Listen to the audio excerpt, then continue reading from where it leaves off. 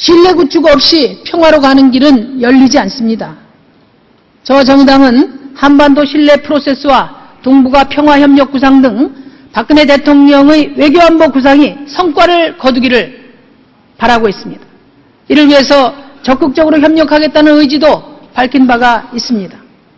그러나 국민의 기대와는 달리 지난 2월 남북 고위급 회담으로 조성된 대화 국면이 끝나고 다시 대결 국면으로 전환되는 것이 아니냐 하는 우려가 커지고 있습니다. 지금 필요한 것은 선언이 아니고 바로 문제를 해결하기 위한 능력입니다. 무엇보다 신뢰 이전에 신뢰 구축을 위한 노력이 절실합니다. 외교는 일방적인 방식으로 성과를 거두기 어렵습니다. 박근혜 대통령께서 국내외에서 북한의 전향적인 구상과 제안을 내놓고 있지만은 북한이 용납할 수 없는 도발 행위로 응대하고 있습니다. 그렇다면 그 원인이 무엇인지 파악하는 것이 중요하지 않겠습니까? 박근혜 정부는 신뢰를 강조합니다. 그러나 신뢰는 외교적 노력의 결과이지 외교의 전제가 될 수 없습니다.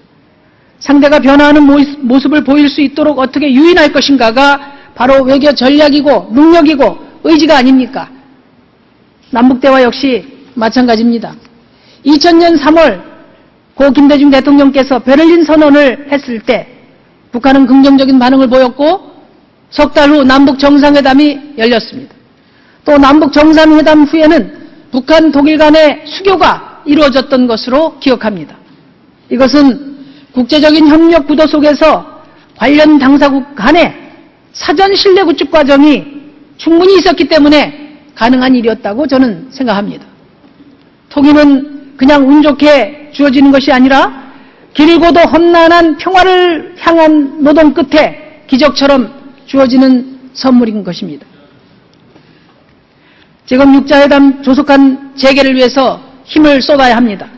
육자회담이 중단되어 있는 동안 북한은 핵능력을 계속 강화시켜 왔습니다. 동북아 정세 역시 억지력의 강화가 서로 상승작용을 일으키면서 대결 국면으로 나아가고 있습니다. 한반도 비핵화와 동아시아 평화에 대한 논의를 육자회담 틀 안에서 풀어가지 않고 다른 방법이 있습니까, 여러분? 한미양국은 육자회담 재개의 조건으로 북한의 성의 있는 비핵화 조치를 요구하고 있습니다. 그렇다면 정부는 성의 있는 조건에 대한 그림은 갖고 있는 것입니까? 이 문제는 9.19 공동성명의 정신에 따라 동시행동 원칙으로 풀어가시길 바랍니다. 한미일 동맹구조를 튼튼히 한 후에 검토하자는 여권 일각의 견해 매우 위험합니다. 회담 당사국 간의 대립 속에서 남북관계를 풀어갈 수 있다는 것은 어불성설입니다. 육자회담 재개 더 미뤄서는 안 됩니다. 박근혜 대통령은 평화의 촉진자로서의 사명감을 갖고 육자회담 성사를 위해 노력해야 합니다. 저는 박근혜 대통령의 통일 대박론이나 드레스덴 선언이 어느 날 불쑥 던져진 것이 아니라 여야 정치 지도자들과 대화와 토론을 통해서 공동의 선언으로 나왔다면 더 분명한 메시지가 북한과 주변국에 전달될 수 있었을 것으로 생각합니다. 독일 통일 과정에서 우리는 배워야 합니다. 1981년 보수적인 기민당이 집권했을 때 가장 인상적이었던 것은 바로 3인당이 추진했던 동방정책을 계승한 것입니다. 이제 우리도 지혜를 모아야 합니다. 박근혜 대통령은 초당적인 협력 방안을 내놓기 바랍니다. 이를 위해 정부가 구성하고 있는 통일준비위원회로부터 초당적으로 각 분야 시민사회계를 망라해서 구성해 줄 것을 당부드립니다. 새정치민주연합에 몇 말씀 드리고자 합니다. 새정치민주연합 출범을 축하드립니다. 정의당은 대한세력으로서 경쟁하고 정권 견제를 위해서 협력할 것입니다. 그러나 유감스럽게도 새정치민주연합의 등장을 마냥 환영할 수만은 없습니다.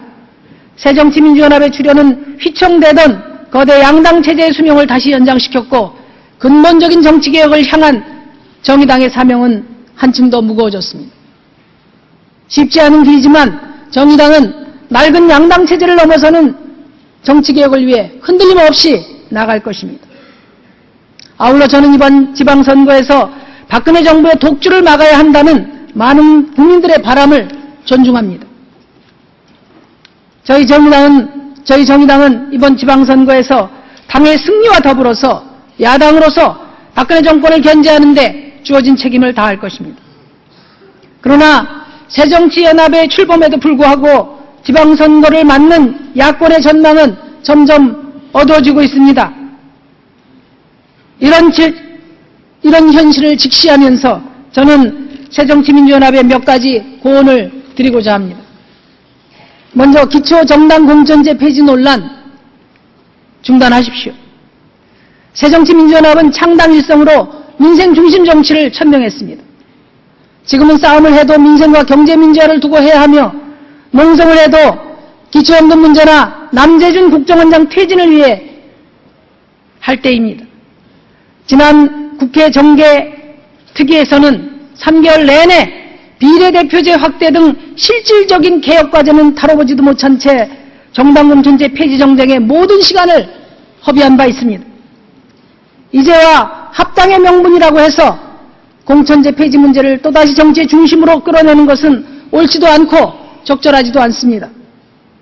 공약을 이행하지 않은 대통령의 사과 요구는 정당합니다마는 결기를 세우려면 그때 끝을 보았어야 합니다. 둘째, 포퓰리즘 정치와 단절하고 강한 정당의 길로 나서십시오. 솔직히 저는 민주당과 새정치의 통합이 발표될 때 그 명분이 기초정당공천제 폐지라는 사실에 멘붕을 느꼈습니다. 안철수 공동대표께서는 기초정당공천제 폐지 문제를 두고 여권을 향해서 원칙이냐 당리당략이냐 물으셨습니다. 그러나 새누리당 입장을 궁금해하는 사람들은 없습니다. 선거를 이기기 위해 약속을 뒤집은 것을 만천하가 다 알기 때문에 그렇습니다. 정작 제가 궁금한 것은 새정치민주연합의 입장입니다. 기초정당 공천제 폐지가 진정 원칙이고 소신입니까? 원칙이라면 어떠한 위험을 감수하고라도 가십시오. 그러나 잘못된 선택이라면 궁색하게 새끼를 찾지 말고 대로로 나서시길 바랍니다. 정치에서 약속은 중요합니다. 그러나 좋은 약속은 지켜야 하지만 나쁜 약속은 성찰하는 것이 책임 정치라고 생각합니다. 무능한 정치에 화가 난 국민들이 민주주의가 밥 먹여주냐고 물었을 때 그 의미는 민주주의를 하지 말라는 것이 아니라 더 잘하라는 것입니다.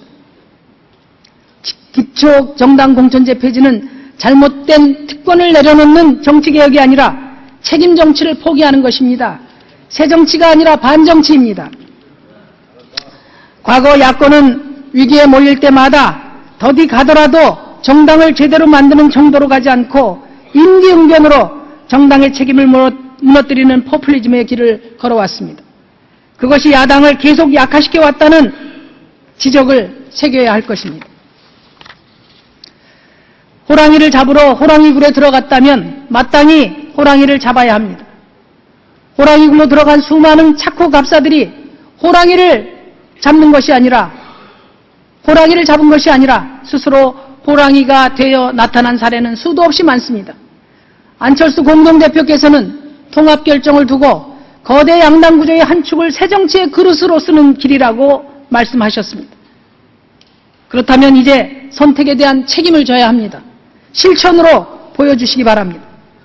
거대 양당의 기득권 구조를 온전시킨 단순 다수 대표제를 비롯한 선거제도, 교섭단체 제도, 이런 패권 정치의 상징물들을 스스로 허물어내는 혁신을 결단해 주십시오. 정의당은 민생중심 복지국가를 선도함으로써 민생중심 복지국가 선도정당으로서 민생문제 해결에 최선을 다하겠습니다. 저희 정의당은 정부와 새누리당이 주장하는 기초연금 국민연계 방안 수용할 수 없음을 다시 한번 분명히 말씀드립니다. 국민연금 연계안은 가입자와 비가입자의 형평성 논란, 이로 인한 국민연금의 신뢰 저하의 문제를 넘어서 10년 넘게 지체되어 온 국민연금 개혁 논의를 더욱 어렵게 할 우려가 큽니다. 기초연금법은 사회적 합의 과정을 거쳐서 제대로 만들어야 하고 동시에 어르신들에게 7월에 지급하기로 한 기초연금 지급 약속도 지켜야 합니다. 그래서 저희 정의당은 7월 지급 약속을 지키기 위해서 기초노령연금법 원포인트 개정안을 제출했습니다. 4월 국회에서 이것을 처리하고 국회 내 연금개혁특별위원회를 구성해서 연금체계 개편 및 개혁 방안에 대해서는 심도 높게 논의해서 사회적 합의를 이룰 것을 제안드립니다. 온 국민을 충격에 빠뜨린 세모녀 사건과 같은 비극을 방지하기 위해서 정의당은 그동안 고질적인 독소 조항으로 지적되어온 부양의무제 완전 폐지를 골자로 하는 국민기초생활보장법 개정안을 제출한 바 있습니다. 복지 취약계층의 사회보험 가입률의 제고와 생계비관 자살을 예방하기 위한 고용보험법 및 산재보상법 개정안도 이미 제출되어 있습니다. 이번 4월 국회에서 최우선 중점 법안으로 추진해 나가겠습니다. 노동시간 단축, 통상임금 정상화는 하루속히 해결해야 합니다. 노동시간 단축 문제는 현재 대법원의 판결을 앞두고 있고 통상임금 문제는 이미 지난해 12월에 판결이 난 상황입니다. 저는 일찍부터 노동시간 통상임금과 관련하여 정부의 월권적인 해석과 잘못된 지침을 지적한 바 있습니다. 정의당은 대법원 판결과 법 취지에 가장 부합하는 법안을 이미 제출해 놓았습니다. 이와 더불어 정의당은 국민적 공분을 산 황제노역뿐만 아니라 귀족노역 또한 근본적으로 퇴출하고자 법체계에 부합하는 형법 개정안을 제출했습니다. 4월 국회 통과를 위해서 여야 동료 의원 여러분들이 힘을 모아주실 것을 당부드립니다.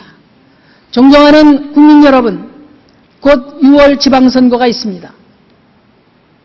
저희 정의당은 복지국가 대한민국을 위해서 생활밀착 정치로 나아갈 것입니다. 다가오는 지방선거에서 기초단체 장을 비롯한 광역기초의원을 당선시켜 아래로부터 복지 실현의 모범을 창출해 나가겠습니다. 국민 속에 뿌리 내리고 커나가는 저희 정의당의 따뜻한 격려와 지지를 부탁드립니다. 경청해 주셔서 감사합니다.